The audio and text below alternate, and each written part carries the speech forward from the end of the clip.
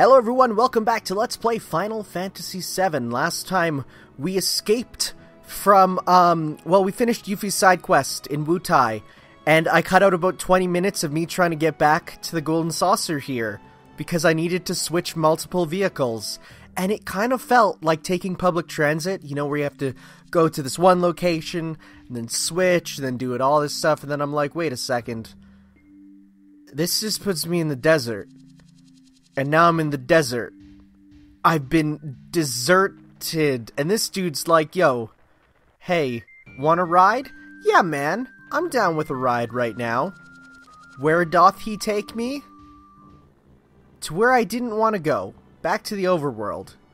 So, I kind of forgot how you get to the Golden Saucer. And it's kind of weird that you can't get to it from the bottom at all. So I'm a little confused. I'm a very confused child. I'm like, can I just go at it from another angle? And the answer is no. To get there, if you remember, we have to take that cable car. But of course, I, being the big dumb idiot, am not going that way. It's okay, we'll get there eventually. I mean, obviously, if we just keep going, eventually it'll be good, right? So yeah, basically, we actually have to go all the way around back to where the cable car was to get back to the Golden Saucer. And I get why, like, I feel like when you first play this game, there is this very natural feeling of going to the Golden Saucer, and it feels really good. But then to get back there, it's like, wow, I just have to go in this crazy other direction. And it doesn't feel as natural, you know?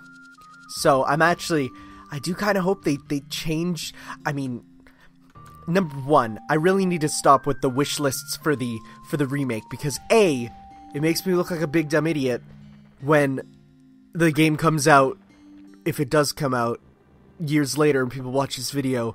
But B, because it's just whining and complaining, such as the fact that I left this all in. But that's okay. We're here. We're strapped in. I'm already recording. I'm not going to scrap 2 minutes of perfectly fine audio recording just because I'm sitting here probably looking at my phone being like, how the hell do I get back to the Golden Saucer? Rip open up Google and be like, how do I get there? So, and then I remember. Maybe. Do I remember even? I don't know if I do.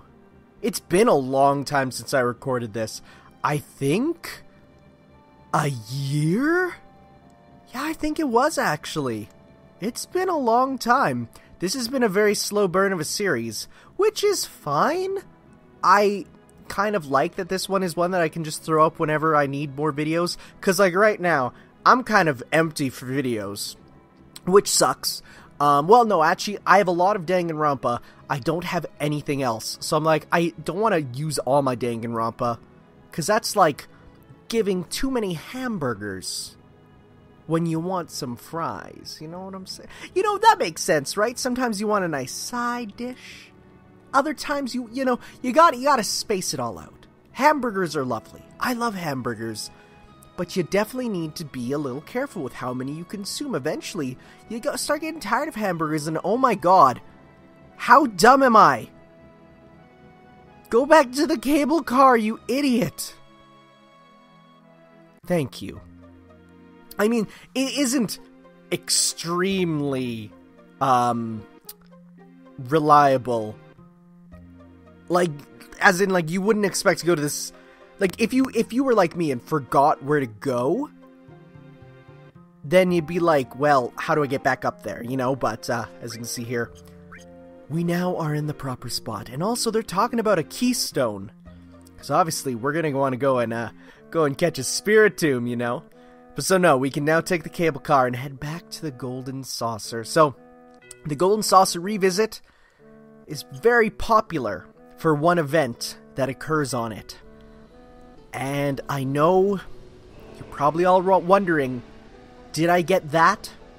That amazing thing that lets you get a trophy? The answer is a very sad no. I did not. I really hoped I would. I actually was even using a guide about halfway through to try and help me do it, but I didn't. We get the better one for the story, but we don't get the best one for the trophy. You'll see what I mean when I get there. So we're gonna pay the 3,000 and just get a one-time pass. Which, honestly, it's probably better to get the all-time pass, because I know a lot of people, they come here and they just play for hours doing stuff, because, like, this is such a cool area, honestly. So, as you can see, we need to find Dio. He has the keystone. Where can Dio be?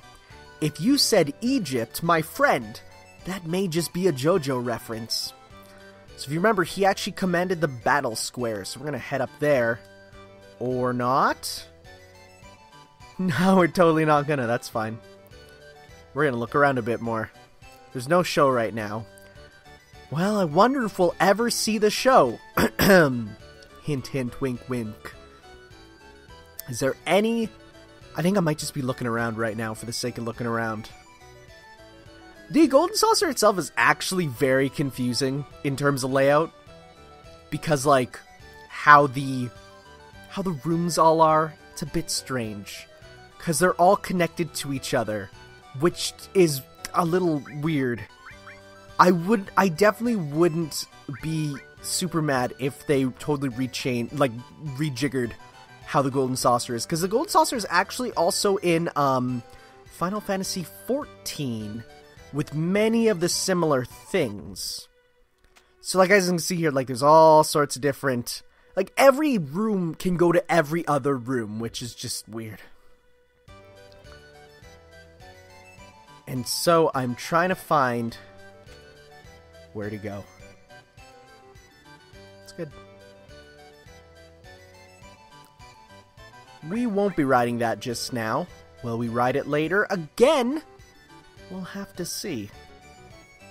I do kind of like how, even though there's all this stuff here, it has both a purpose that is done in gameplay, as well as something that you can do just, like, for fun. Like in story and for fun. I do like that. I'm really surprised that this area, though, is as important as it is for, like, the story. It seems it should just be a sort of side nothing world, but it's really not. It's really kind of a surprising important place. Look at all this arcade stuff that, again, we will look at later. Because, I mean, number one, we can't hop on the surfboard or the bike, which are the best ones, so, Whoa, hey. My recording is kind of dying at times.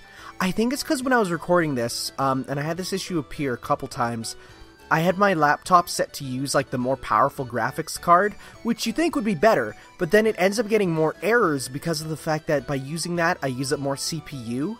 So by using more CPU, it just makes it not run as well, and stutter occasionally. So, yeah, it's a bit strange. I gotta use the worst ones. Why do I not know where Dio is? It makes perfect sense for him to be in the area with the above the battle room. Also, hi Bulma, how's it going? I mean, I guess she had to do something at this time, because wasn't... Okay, yeah, no, we're not doing chocobos, please. At this point, I'm like, no, this is not related to what I need to talk about. And I'm asking around for where Dio is. But, like, this is a whole bunch of stuff you can do. And, if you want to get some amazing stuff, you will be using this area quite a bit, you know? Wait, stop, why am I doing this?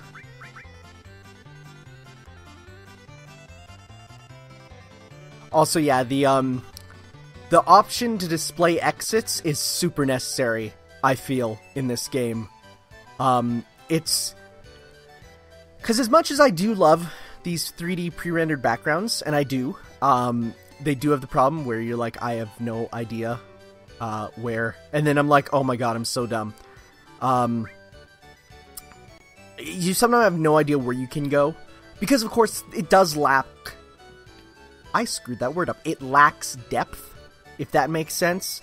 Okay, so this is where I have to be. So, Ballerina, again, it's something you can do in the story, but you can also do on your own, which we'll get to see here in just a second. But, I'm glad that the staff survived, though. Also, hi, camera. I wonder if Barret had to be there for that to happen. I don't know. But hey, looky here. The calling gourd. Look at all this little stuff. But hey, that's the keystone that we need. Oh, and here's Dio himself. Look at him. I do like how this buff man just walks around owning the place. I mean, honestly, if I looked like that, I'd probably walk around in just a Speedo too. Just to be like... 'cause I can, you know? Also, Final Fantasy VII definitely has an extreme homoerotic subtext to it. Which is interesting when you like... I know, at least when I think back to Final Fantasy VII back when it was... newer. I mean, I didn't play it myself back in the day, but it was newer. One of the things I definitely remember was all the, like, Cloud X, other characters, yaoi fan art, right? Like, that was a big thing. To a point where it was actually, like, people were looking at it in school, and people were, like, drawing it in class, and, like, that was a big thing back when I was, like, in late elementary, early junior high. And at the time, I was like, oh, it's the worst thing ever. Yaoi. Oh, gross. And now, I actually will just, when I want a good chuckle, I'll go onto DeviantArt and look up Cloud X, whoever yaoi. Cloud and Barret yaoi is amazing. It's one of the more rare ones. In fact, Barret himself is actually quite overlooked by the Fujoshi community. But you know what? The ones that do, I gotta commend them. They do a good job of representing Barret. Barret's the coolest character. I love him. Although I am still kind of sad that he's not as buff as he is in this game. And of course we're gonna keep going. Slot start. Oh hey. We got items are sealed. Hurrah. Barret in the remake is not as buff as in this game. I actually love stupidly top-heavy Barret. I think it's my favorite Barret. It's like such a good design. I mean, it's also super dumb looking because, like, he is just ridiculously hench, but it's so good. So yeah, we have this, the battle square here where you have consecutive battles. Your, items will get, your stuff will get sealed as you continue. So, see, look, my HP got restored, but you can also get other stuff that gets sealed off, and it's definitely an interesting gimmick, that, as it goes on, can definitely get harder. Because, for instance, you know, if your stuff keeps getting sealed when you really, really want it to not. Also, yeah, these dudes are using spider attacks to just keep me in place. They actually have me kind of locked down in a place where I am screwed. Thankfully, they are raising my limit break. Which means I can just Blade Beam or Climb Hazard. Also, seeing Cloud use just a katana is kind of depressing. I mean, it is a big sword still, but it's not as cool as a big dumb buster sword. Leave the katanas for Sephiroth, my dude. And it's funny because a lot of Cloud's weapons are still the big dumb sword, but I just happen to have the one that's not.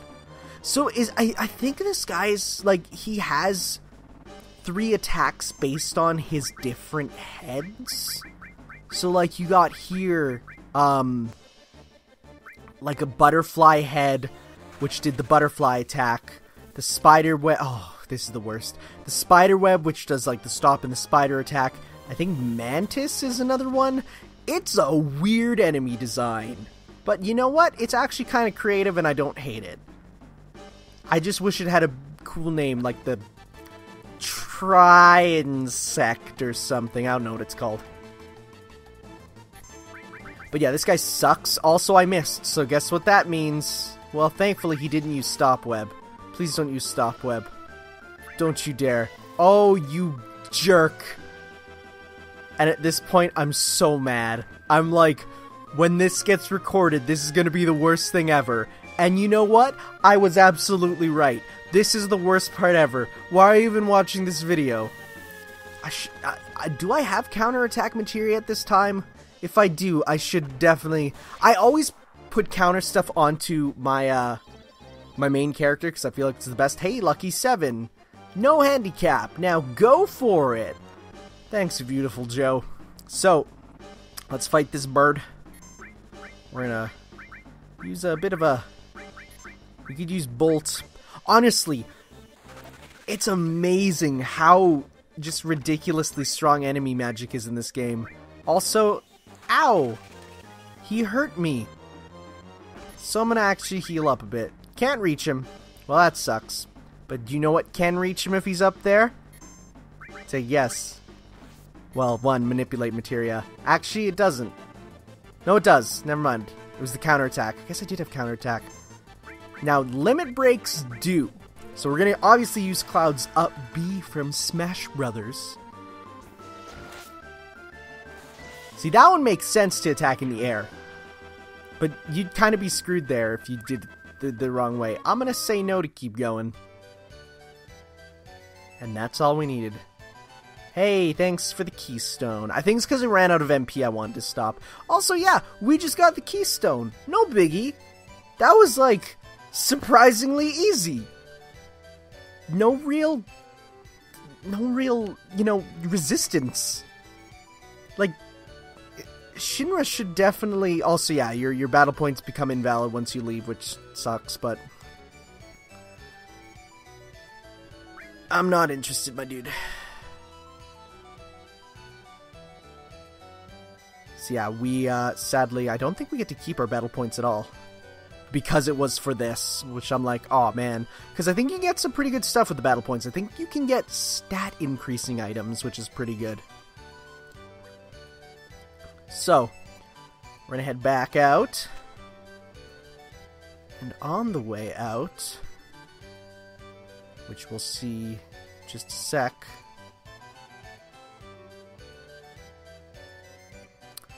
Yeah, what's up? The tram is out of order.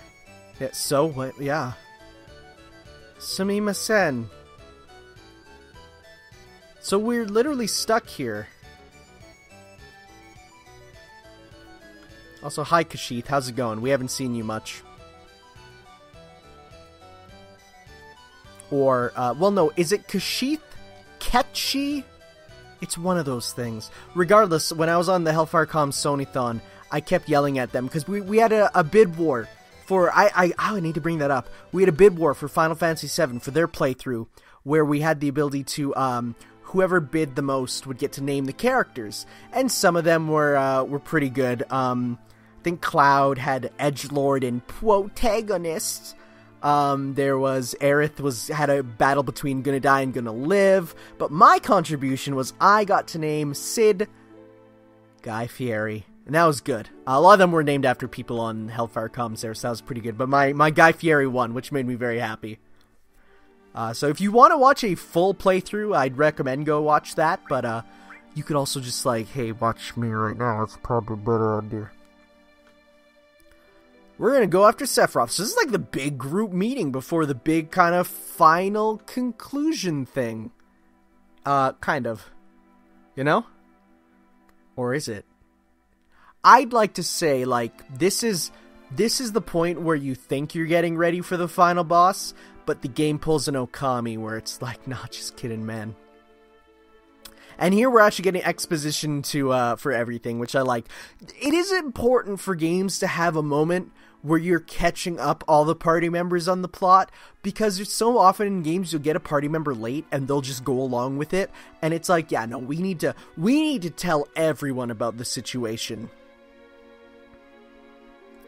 Searching for the Promised Land. I used to read a story back when I was a kid called I, Freddy. It was a series of novels about a hamster. Yeah, no, but it would always go on about the Promised Land in it, and so I was always like, when I hear Promised Land in this, all I can think of is hamsters. We get to hear a bit about the numbers. Yeah, numbers. I feel like that's a part of the plot that is not remembered much. Does that make sense? Like, I feel like so many people think of the the memorable plot of Final Fantasy VII, the amazing story of Final Fantasy VII, but when it comes down to it, like, if you were to go up to just a casual Final Fantasy fan and say, like, hey, what are your thoughts on the numbers in Final Fantasy VII? And someone might be like, what are you talking about? You know? I feel like that's one of the more forgotten plot lines. Also, it is the most Tetsuya Nomura thing to have characters with numbers written on them, especially in Roman numeral form. Oh, look at that pupper, though. He's a good pupper. I really hope they keep some of Red 13's, like, cuteness in Final Fantasy VII Remake. Because here, like, I actually think his, like, CG model and what he's supposed to look like is kind of ugly. But here, he's really cute. Like, his little dorky model. You know what? Honestly, I just pay big money for PS1 models. Also, Sid's asleep. Right there. I'd pay money for PS1 models for DLC, you know? Like, I would. I think everyone would. But here we go. It's time for the date sequence. So, as the whole game goes on, you'll have a character come into your room here, and you can have a date with them. And it can be Aerith, Tifa, Yuffie, or Barrett. There's an achievement for getting Barrett. So, every single choice you make during this, like, in the entire game, leads up to this point for them. And depending on who you're best with, you get a date with them. I thought I was being mean to Aerith, but I guess not. I was at least hoping for Tifa. You know what? Even Yuffie would have been fine. Now, story-wise, it's not much of a spoiler, but I'm gonna keep it not saying it. This is probably the best one for the overall mood of Final Fantasy VII, you know? Tifa, she'll get her moment later. Yuffie is super optional, and I think a lot of people ship her with Vincent, because they're both, like, side characters, and optional. Barrett? Yeah, no, I guess, no, there would be some Barrett Cloud Yaoi because of this, huh? But Princess Rosa, hey, that's a reference. And I think Alfred, isn't that a reference to Dragon Quest? Yeah, so this is just a weird sequence that I love. It's one of the sort of forgotten ones. It's certainly no Final Fantasy VI opera sequence, I gotta say. But it's still pretty fun. I'm actually really excited because right away, the Super Nintendo Classic is coming out. And I know a lot of friends who are getting it, and they're saying, oh, you know, what's this Final Fantasy that's on there? And I'm like, oh man, 6 is one of my favorites, so I'm really excited for more people to play 6. I'm gonna be honest, a lot of people are like, they should put 4 on there, and I'm like, nah, 6 is much better than 4. Also, I think you can screw it up by talking to the wrong people. I don't know if there's a prize. Also, hey, the princess's measurements. I don't think there's a prize for getting it all right, but I want to know her measurements. EDK. I love that, Evil Dragon King. Also, is that like a reference to Bahamut, maybe? Because, like, the idea of the Dragon King, I am probably seeking way too much meaning from this sequence, you know. Who is your enemy?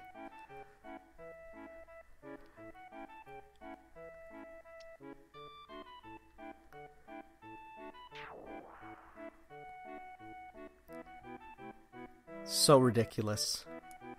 So ridiculous. I've never actually seen the full date with Barrett. I've seen, oh, there he goes. Why wasn't that taunt in Smash Bros? Cloud Spin. Why? So, okay, no. I've never seen the full Barrett date. Does he do this whole sequence as well? I've only seen the conclusion. Yeah, the gondola. I've seen the gondola scene with Barrett, which, the gondola scene's interesting because with Barrett, he accuses Cloud of being a pedophile.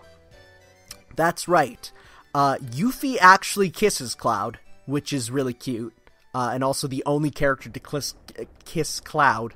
But this one it makes sense for the story. You don't get anything funny nor, shippy with this, but, get a little scene here as the background JPEG slowly moves. I think you can move in your seat a little bit. I mean, when this came out, this was kind of cute, So you can look out or not. It's your choice. This is representing a whole kind of date sequence. I wonder if any nerd playing this back in the day would have been like, thinking, oh, this is embarrassing. I'm on a date with a girl, So you can look out at the fireworks. Now this I'm actually really excited to see remade. Like this I think can be actually like super beautiful. Because like honestly this looks really cheesy now, but after seeing like the celebration that was in Final Fantasy 13 right after the beginning there, that was an amazing and beautiful thing. Like even if I hate 13 with all my heart, I think it was really, really beautiful. Also, hey, what is she talking about?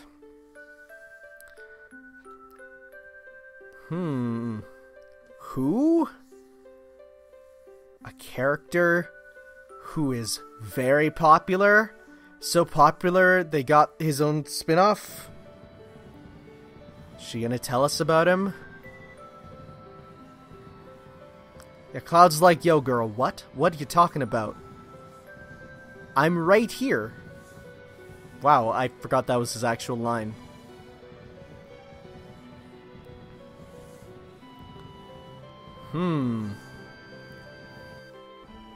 So, like, as I said, like, for the story, this is definitely the best one. And I think the most default choice, the one that you're mostly guided towards, which again made me sad because I kind of wanted to go for someone else. But, don't you like being with me? No, I can't even say that. That would ruin the date.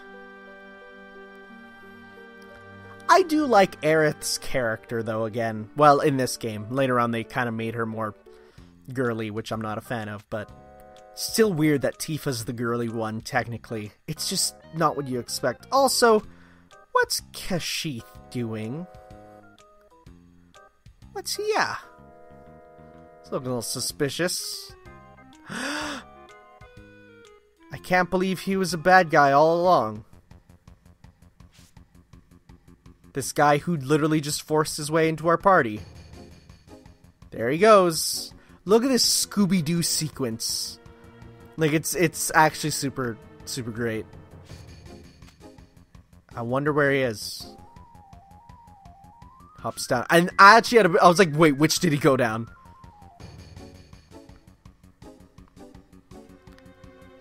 So actually, like, this was not a plot twist for me. I knew about this long ago. And I guess it's funny, because when I tell people that I play games blind, like, I had some people commenting on my videos for Bayonetta recently, where they're like, how come you say this is blind, but you knew about this? And I'm like, well, just because it's blind doesn't mean I don't know stuff from back discussing it with friends as a kid, Also, wow, why'd you do this?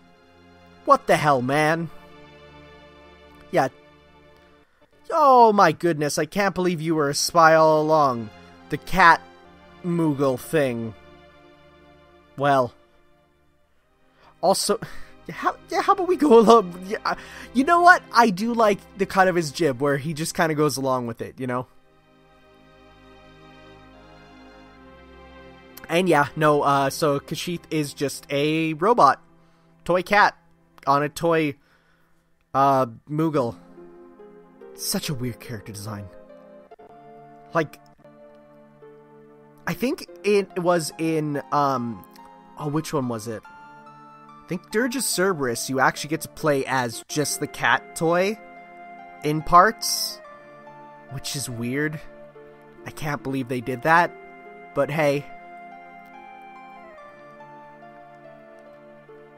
So yeah, he is actually an important character, despite being seemingly like just a random cartoony, addition. I mean, I guess that's kind of the reason why a lot of people really like VII, because every party member actually means stuff, you know? Also, wow, my recording is not having a good time. That's fine. One thing I did do is when I play this... Also, yeah, hey, hostages. I saved a bunch of times over, so if I ever wanted to re-record a part, I'd have enough saves to bring me back. Oh, yeah, so Kashith is so enigmatic. Like, he's a villain, but we can't pretend, like, we can't know he's a villain, and it's so good.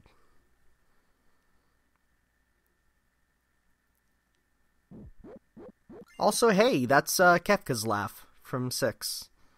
You know, that really good game that I can't wait for more people to play. And yeah, it's like, oh, he just acts like he's, oh, you know, how's it going? It's so good. So yeah, you have to have Aerith in your party. There's no way to switch it out. So, if you weren't using Aerith much, guess what? You will now. Also, yeah, now I'm like, uh-oh, now I have to remove all my materia. Oh boy. That's the best part about party members. I think someone said, that it's in the PC version. There's a very popular, Also, hey, don't tell me about your tail, man. There's a very popular mod that just totally goes and gives you a remove all materia button. There's also one that makes it so that when you're playing, when you get rid of your party members, it automatically removes them all. And like, those are the types of things that are really nice. I remember when I first started playing VII on PC, because I got the Steam version when it first came out, because I really wanted to play it. When I first got it there, I tried installing a bunch of mods, and I installed mods that made it look like the overworld mods were, like the overworld HD mods, where you'll be in the overworld and the character models will look high quality, like they look like in battle. But then I was like, well, what if I go all the way and make it so that, like, I use the really good HD models for them, and it looks bad. If you've never looked at what Final Fantasy VII with HD models added looks like, it's ridiculously bad. It's the worst mishmash ever, because no one touches up the backgrounds at all. It's all the same backgrounds, and even the NPCs. I think there's a couple HD NPC mods, but they just change them out to, like, generic other NPC models from other games. But, like, it's the worst. Also, look at all these slots for materia. There's so much to do here. So yeah, no, I think nothing in the world looks worse than HD Final Fantasy mods. And it's interesting, because I remember people saying, when it was confirmed that the remake would not have the same gameplay, they said, well, why don't you just play with an HD mod? And I was like, have you looked at what it looks like as an HD mod? It looks so bad. And I feel like a lot of people are just... It's one of those things where people are like, no, it looks good, because they're kind of told it looks good, and then they don't actually look at it. Do you know what I'm saying? It's like just when people just accept that something is apparently good looking, and it's not true at all, you know? But the sucky thing about that Dragoon Lance, though, is it has a lot of materia slots, which is great, but none of them are connected, so you really can't do too much in terms of actually differentiate. Like, you can't do any of the good combos, you know, you can't element stuff up, or so it's all individual. So at this point it's not bad, but like, you're not going to use that much later on, because it's like you're gonna the paired materia system is where the true good, you know, stuff comes from. So also, I like how I put debarrier on, despite the fact that I never ever use it, like, ever. I'm sure there's times later on where it's actually important, but I don't use it. So, our next stop is the Temple of the Ancients, where a lot of stuff happens. Kind of. It's interesting, actually. It's an interesting area. It's not the area I thought it was when I first played. Because when I heard Temple of the Ancients, I'm like, yo, is that where that happens? And I was actually super wrong. Stuff happens there, that's for sure. But as we leave and we're going to head out, we'll just walk there. Actually, we're not. We're going to take our stuff because we have to take the plane and everything. And I left it all in because, you know what? It's fine. Thankfully, I have that 3x speed option, which is in the recently released Final Fantasy IX PC. Which, not PC, but PS4. It was also on the PC version, which I also heard has a few issues. Apparently, some timing issues with the game, which wouldn't be too bad, except for the fact that there is jump rope minigames that require really difficult timing. Honestly, I really like 9, but the load times for the PS1 version were actually unbearable, so honestly, I'm fine with those being in with the button delay, so long as it just runs better for the battles, because man, having every battle take a good, 20 seconds to load really sucks. And that's actually really bad. The game looks amazing. Apparently, back in the day, they were gonna just take Final Fantasy IX and simultaneously release it on PS1 and PS2, and the PS2 version would just run faster and have better looking graphics. And honestly, better textures. Honestly, that would work. It's a damn fine, good-looking game, but it's understandable why they waited to just release 10, because, they didn't really want Final Fantasy to be synonymous with, 9 on the PS2, because it doesn't represent the power of the system. Of course, Square Enix being the ones to say, we're going to push the system to its limits, which they do with every Final Fantasy game, honestly. Not one Final Fantasy game doesn't push the system to its limits for the time. The only exception might be 5, but even still, 5 was a remarkable increase over 4, Everyone pushes the system's graphics, and that's why when people say, what do you love about Final Fantasy?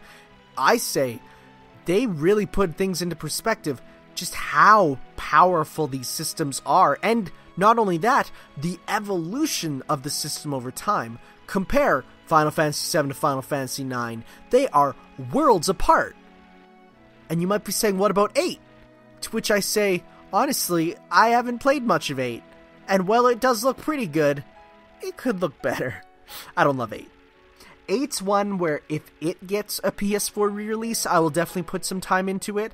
But honestly, at this point, I'm I don't feel like I want to. But here we are, Temple of the Ancient, guys. Next time, we're going to head on in. So we'll see you next time for some more Final Fantasy VII. Ciao.